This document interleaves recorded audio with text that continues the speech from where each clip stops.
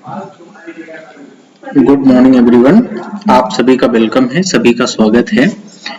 और आज से हम लोग भारतीय राष्ट्रीय आंदोलन के उदय एवं विकास यानी मॉडर्न हिस्ट्री का एक पूरा का पूरा टॉपिक है, जिससे यूपीपीएससी के एग्जाम में अगर देखा जाए यूपीपीएससी के एग्जाम में तो यहाँ से 10 से 15 क्वेश्चंस आते हैं।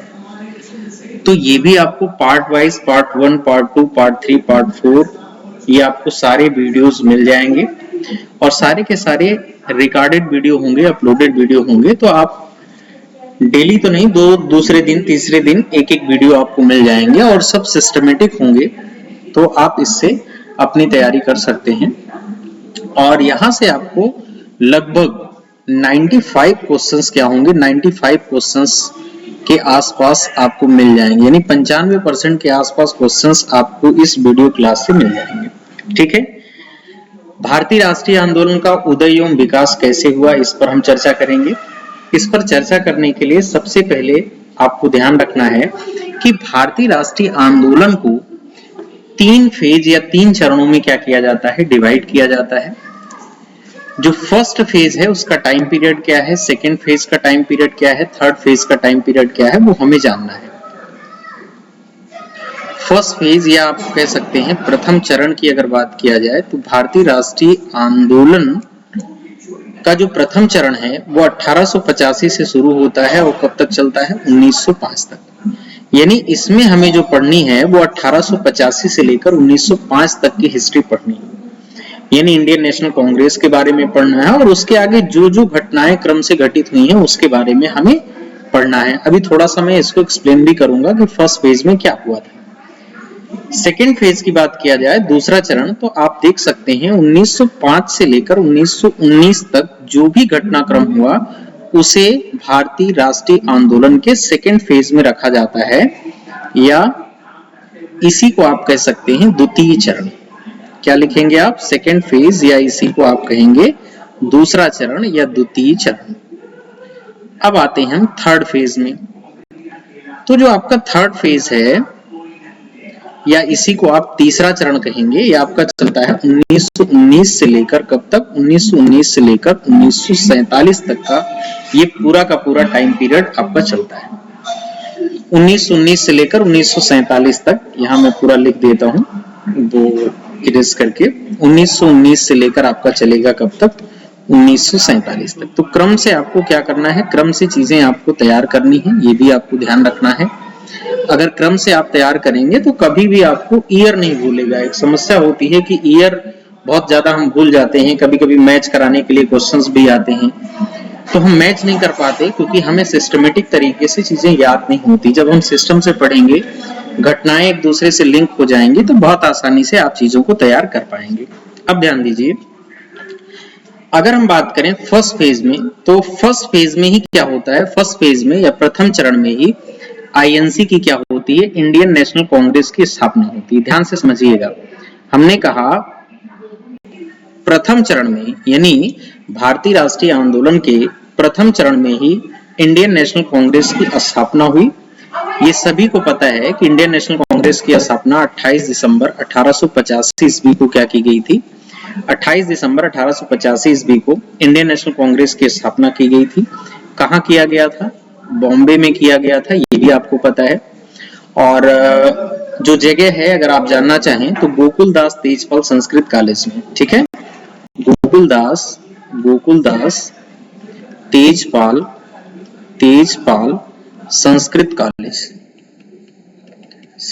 कॉलेज, यहाँ क्या की गई थी, इंडियन नेशनल कांग्रेस की स्थापना की गई थी। इंडियन नेशनल कांग्रेस के बारे में हमारे ही वीडियोस में आप सर्च करेंगे तो आपको मिल जाएगा इंडियन नेशनल कांग्रेस के बारे में, उसके स्थापना के बारे में काफी डिटेल में हमने कराया हुआ है।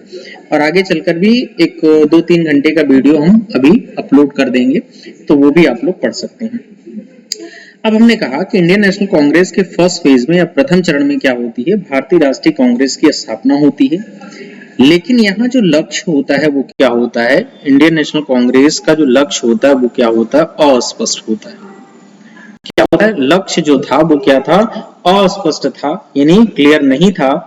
और अगर देखा जाए इस आंदोलन का यानी फर्स्ट फेज का जो नेतृत्व किया था या कभी कभी इसमें लिखा जाता है प्रतिनिधित्व किया था या इसको लीड किसने किया था, तब आपको ध्यान रखना है भारतीय राष्ट्रीय कांग्रेस के या भारतीय राष्ट्रीय आंदोलन के प्रथम चरण का जो नेतृत्व किया था वो मध्यम वर्गीय और बुद्धिजीवी लोगों ने किया था। किसने किया था, तो आपको ध्यान रखना है मध्यवर्गीय एवं बुद्धिजीवी लोगों ने क्या किया था, मध्यवर्गीय एवं बुद्धिजीवी लोगों ने इसका नेतृत्व किया था। यह वर्ग जो मध्यवर्गीय और बुद्धिजीवी वर्ग था, यह वर्ग जो पश्चिम की उदारवादी और अतिवादी विचारधारा था उससे प्रभावित था।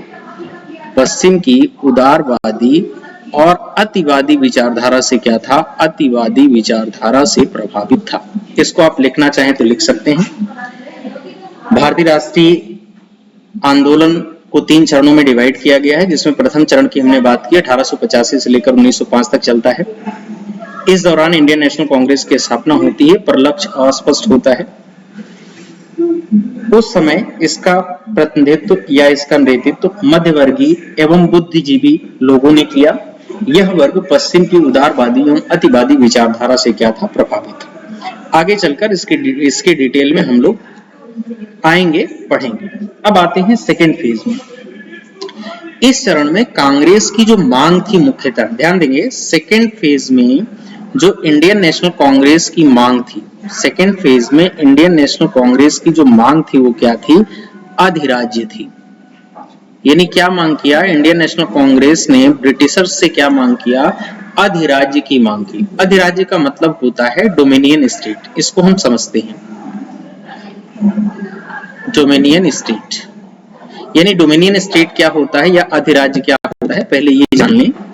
अधिराज्य को अगर हम डिफाइन करना चाहें तो इस तरह से आप समझ सकते हैं, कानून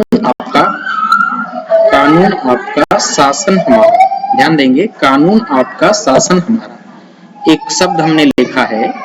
यानी इंडियन नेशनल कांग्रेस ने जो मांग की वो अधिराज्य की मांग की। किस फेज में, सेकेंड फेज में, द्वितीय चरण में डोमिनियन स्टेट की मांग की। डोमिनियन स्टेट या अधिराज्य का मतलब क्या होता है, कानून आपका, यानी कानून बनाएगा कौन, ब्रिटिशर्स कानून बनाएंगे और जो शासन करने वाले लोग होंगे वो कौन होंगे, भारतीय होंगे। ऐसी मांग सेकेंड फेज में इंडियन नेशनल कांग्रेस के द्वारा क्या की जाती है, इंडियन नेशनल कांग्रेस के द्वारा की जाती है। एक मैप भी हमने लगा रखा है, आप देख सकते हैं, ये 1885 से लेकर 1947 तक का मैप है, जिसकी हिस्ट्री हमें क्या करनी है, जिसकी हिस्ट्री हमें पढ़नी है। फिर से मैं कह रहा हूं, अगर बार बार आपको दिक्कत हो रही है मॉडर्न हिस्ट्री को समझने में, पढ़ने में, तो आप जरूर इस वीडियो के साथ जुड़ेंगे तो निश्चित तौर पर आपको क्या होगा, निश्चित तौर पर आपको फायदा होगा। चलिए थोड़ा सा और जान लेते हैं कि थोड़ा सा इसमें और समझ लेते हैं कि भारत जो है, अगर हम इंडिया की बात करें, भारत इंडिया की बात करें, 15 अगस्त से लेकर या 15 अगस्त 1947 या 15 अगस्त 1947 से पहले क्या था, उपनिवेश था। 15 अगस्त 1947 से पहले की अगर बात किया जाए, 15 अगस्त 1947 से पहले एक कॉलोनी था या आप कह सकते हैं एक उपनिवेश था। ये भी क्वेश्चन बार बार पूछा जाता है, तो ध्यान रखेंगे। भारत 15 अगस्त 1947 से पहले क्या था, एक कॉलोनी था या एक उपनिवेश था। 15 अगस्त 1947 से 15 अगस्त 1947 से, ध्यान देंगे, डेट को ध्यान रखना है, 15 अगस्त 1947 से 25 जनवरी 1950 तक, 25 जनवरी 1950 तक भारत क्या रहा, भारत एक अधिराज्य रहा। भारत क्या रहा, भारत अधिराज्य रहा। इसी बात को हमें समझाना था कि कभी अगर क्वेश्चन आपसे पूछा जाए कि भारत कब से लेकर कब तक डोमिनियन स्टेट के रूप में रहा, तो 15 अगस्त 1947 से लेकर 25 जनवरी 1950 तक भारत एक अधिराज्य डोमिनियन स्टेट के रूप में रहा, जिसमें हमने बताया आपको डोमिनियन स्टेट का मतलब क्या होता है, कानून आपका, शासन हमारा। फिर 26 जनवरी 1950 को क्या हो जाता है, 26 जनवरी 1950 को हमारा संविधान क्या होता है, हमारा संविधान पूरी तरह से क्या होता है, पूरी तरह से लागू हो जाता है और भारत क्या बन जाता है, भारत एक सॉवरेन कंट्री बन जाता है या भारत एक संप्रभु क्या बन जाता है, भारत एक संप्रभु राज्य बन जाता है। सॉवरेन कंट्री का मतलब क्या है, संप्रभु राज्य का मतलब क्या है कि कोई भी देश अपनी गृह नीति, यानी जो उसकी डोमेस्टिक पॉलिसी होगी या जो उसकी घरेलू नीति होगी और जो उसकी फॉरेन पॉलिसी होगी या विदेश नीति होगी, उसका निर्धारण वो स्वयं करेगा। इसमें किसी भी देश का कोई इंटरफेरेंस नहीं होगा या किसी भी देश का कोई हस्तक्षेप नहीं होगा। यही होता है संप्रभु या संप्रभुता, और इसको पॉलिटिकल साइंस में भी आप पढ़ते हैं, और अगर नहीं पढ़ेंगे तो यहाँ भी आगे चल के हम इसको डिफाइन करेंगे, तो आप यहाँ से भी इसको समझ सकते हैं। अब हम आते हैं इंडियन नेशनल कांग्रेस के थर्ड फेज में या तीसरे चरण में, जो कि अभी तक हम लोगों ने नहीं किया। अगर हम थर्ड फेज की बात करें, इंडियन नेशनल कांग्रेस के थर्ड फेज की बात करें, तो थर्ड फेज में हमने चर्चा किया, ये आपका जाएगा 1919 से लेकर कब तक, 1919 से लेकर 1947 तक।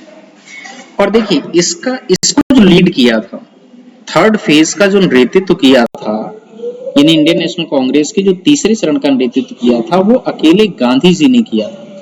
गांधी जी ने किया था, अकेले किया था। और इसीलिए थर्ड फेज को किस नाम से जाना जाता है, तो थर्ड फेज को गांधी युग के नाम से भी जाना जाता है। तो क्वेश्चन आपसे पूछा जा सकता है कि इंडियन नेशनल कांग्रेस के किस फेज को या किस चरण को गांधी युग के नाम से जाना जाता है, तो तीसरे चरण को गांधी युग के नाम से जाना जाता है, क्योंकि तीसरे चरण का नेतृत्व अकेले गांधी जी ने किया था। यहां हम नेतृत्व की बात कर रहे हैं। गांधी जी ने इस चरण में अगर देखा जाए, तो गांधी जी ने असहयोग आंदोलन की शुरुआत की। गांधी जी ने क्या किया, असहयोग आंदोलन की शुरुआत, असहयोग आंदोलन की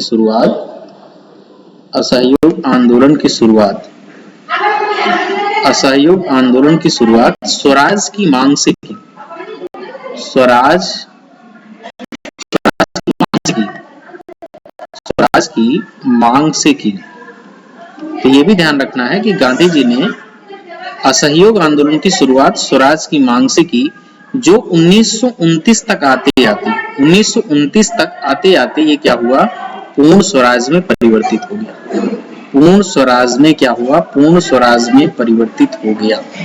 तो ये इंडियन नेशनल कांग्रेस के 3 चरण हैं, जिनके बारे में हमें क्या करना है, जिनके बारे में हमें समझना है, जानना है। इसी के आगे पार्ट सेकंड में आपको हम कराएंगे स्वतंत्रता संघर्ष का प्रथम चरण, जिसे आप उदारवादी युग कहते हैं। 1885 से लेकर 1905 तक की पूरी डिटेल हिस्ट्री क्या है, उसके बारे में हम समझाएंगे। हम यहाँ बोल भी दे रहे हैं और इस तरह से आप नोट्स भी तैयार कर लीजिएगा। तो अब ये 3 वीडियो आएंगे, जिसमें फर्स्ट, सेकंड, थर्ड फेज को हम डिफाइन करेंगे, और अलग अलग फेज में क्या क्या घटनाएं हुई हैं उस पर हम चर्चा करते चलेंगे। तो आप लोग प्रॉपर नोट्स भी बना सकते हैं, जो यूपी पीसीएस की खासकर तैयारी कर रहे हैं, और अदर एग्जाम की भी अगर आप तैयारी कर रहे हैं तो भी आप एक नोट्स बना सकते हैं, और इन चीजों को क्या कर सकते हैं, नोट कर सकते हैं। और फिर जब भी आप ऑब्जेक्टिव क्वेश्चन करेंगे तो आपको बहुत हेल्प मिलेगी। यहीं से सारे के सारे क्वेश्चंस बन जाएंगे। जितने भी प्रीवियस ईयर के क्वेश्चंस आए हैं वो पहले से ही कवर करके हम आपको कराएंगे। इसके अलावा लास्ट में मैं बताना चाहूंगा, आप मेरे चैनल को YACYA यज्ञ सर लिख के सब्सक्राइब कर सकते हैं, तो इसको आप सब्सक्राइब भी कर लीजिएगा। अगर कंटेंट आपको अच्छा लगे, बेहतर लगे, तो आप अपने फ्रेंड्स के साथ भी इसको शेयर कर सकते हैं। Thank you.